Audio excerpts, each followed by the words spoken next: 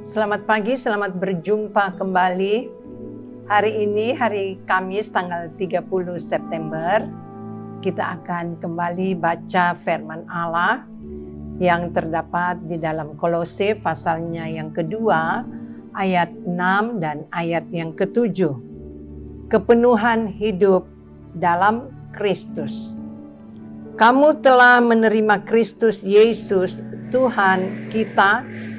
Karena itu hendaklah hidupmu tetap di dalam Dia, hendaklah kamu berakar di dalam Dia dan dibangun di atas Dia.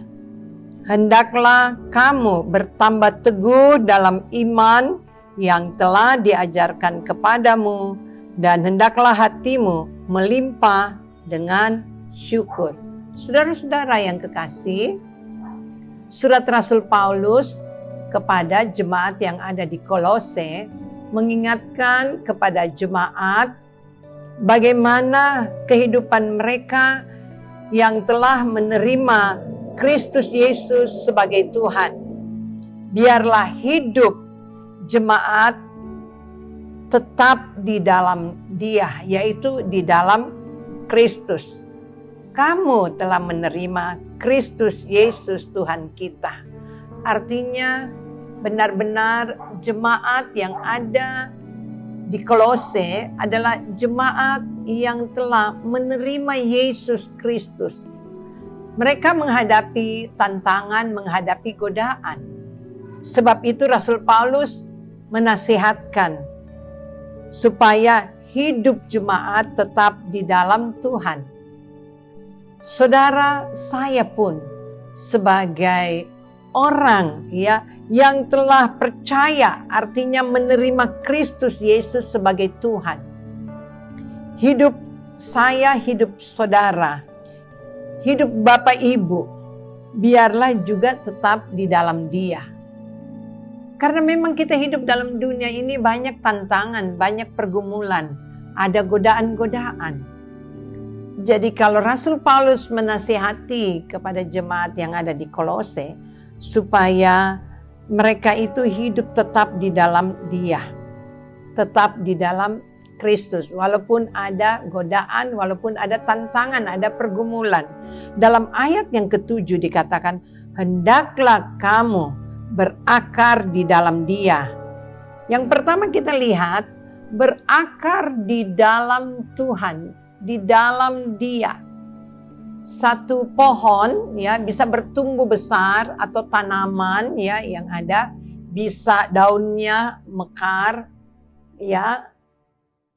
itu tergantung dari akar. Semakin akar dalam bertumbuh semakin dalam, karena akar yang semakin dalam di dalam tanah menerima mineral-mineral yang ada di dalam tanah. Sehingga pohon itu bisa hidup, bisa bertumbuh. Demikian juga kehidupan saya, kehidupan saudara. Kita menerima mineral-mineral firman Tuhan. Sehingga kita bisa kuat, kita bisa bertumbuh. Kita bisa menjadi dewasa. Hendaklah kamu berakar di dalam Dia dan dibangun di atas Dia. Hendaklah kamu bertambah teguh dalam iman yang telah diajarkan kepadamu dan hendaklah hatimu melimpah dengan syukur. Rasul Paulus telah mengajar kepada jemaat yang ada di Kolose supaya iman mereka bertambah teguh, supaya iman mereka kuat. Rasul Paulus mengajar bagaimana kehidupan yang menjadi dewasa.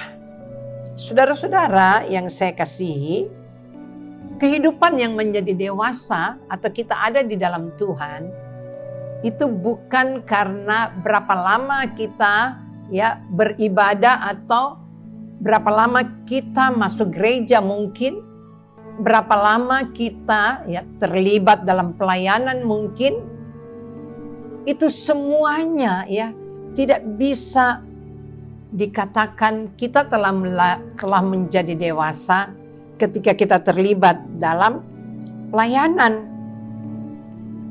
Tetapi yang Rasul Paulus katakan di sini ya, bagaimana orang yang bertumbuh menjadi dewasa rohani.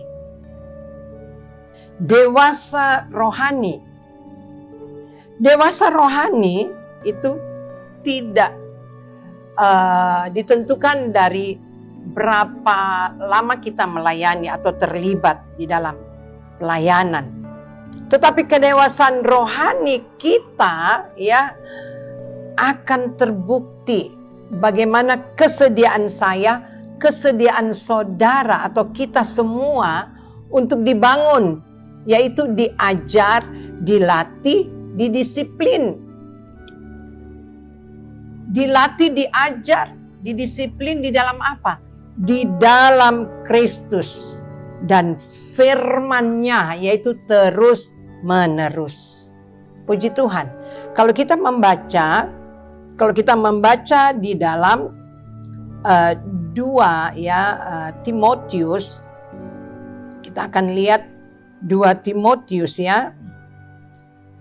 2 Timotius pasalnya yang ketiga, kita akan lihat 2 Timotius pasal 3 ayatnya yang ke-16 dikatakan demikian.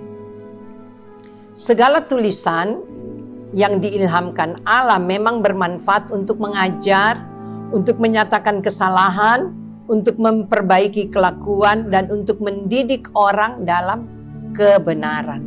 Artinya bagaimana kesediaan saya, kesediaan kita semua untuk bisa menerima ajaran firman Allah, untuk bisa dilatih ya melalui firman Allah, untuk bagaimana kita benar-benar bisa disiplin.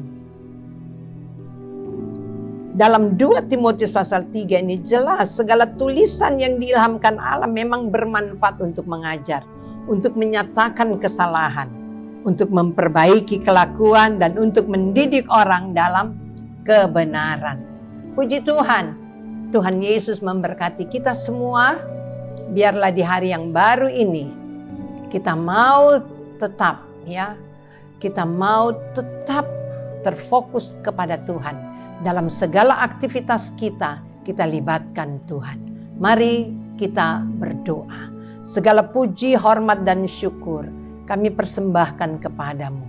Kami mengucap syukur atas segala tuntunan pimpinan Tuhan.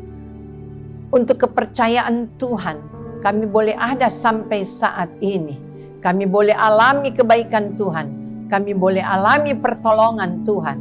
Itu semua karena kasih-Mu kepada kami ya Tuhan.